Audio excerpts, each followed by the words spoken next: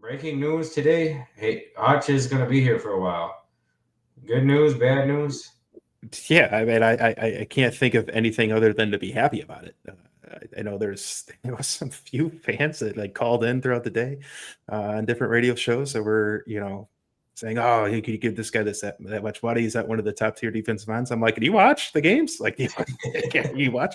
Have you watched? Like, I don't understand how you could how this isn't just unanimous that every Lions fan be thrilled about this signing, and I think that's kind of a really, really, really, really vocal minority. I think there's very few. Like as I was telling my wife, like I have 1,000 fans, there might be one or two that are upset, and those just happen to Yeah. be the ones that kind of made their voices heard today. But yeah, man, this is great. This is great news, man. Whenever you can get these guys locked down, like and you don't even get into the final year of the contract and you lock them down for years to come.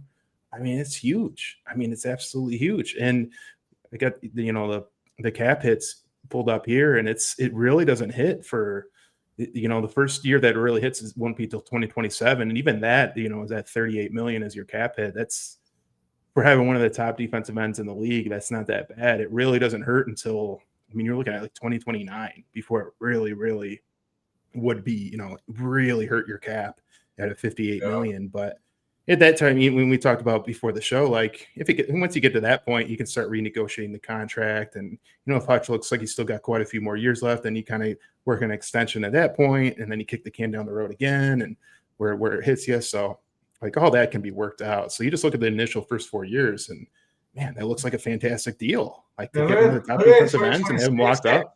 10 million in 2026. Like that's a big deal for the Lions, man. That's a like go get it type of situation right there. Like that's a lot of money that can be moved elsewhere. I guess is what I'm saying with that.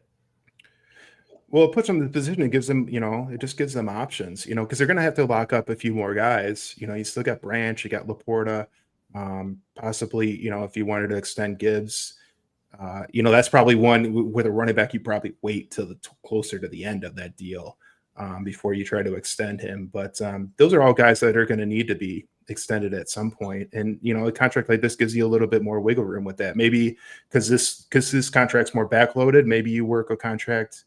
The next contract, maybe it's a little bit more front loaded. It kind of gives you that option to do that. But I Yeah. mean, Brad Holmes is a wizard, man. He's just doing everything you could want from the day he's come here.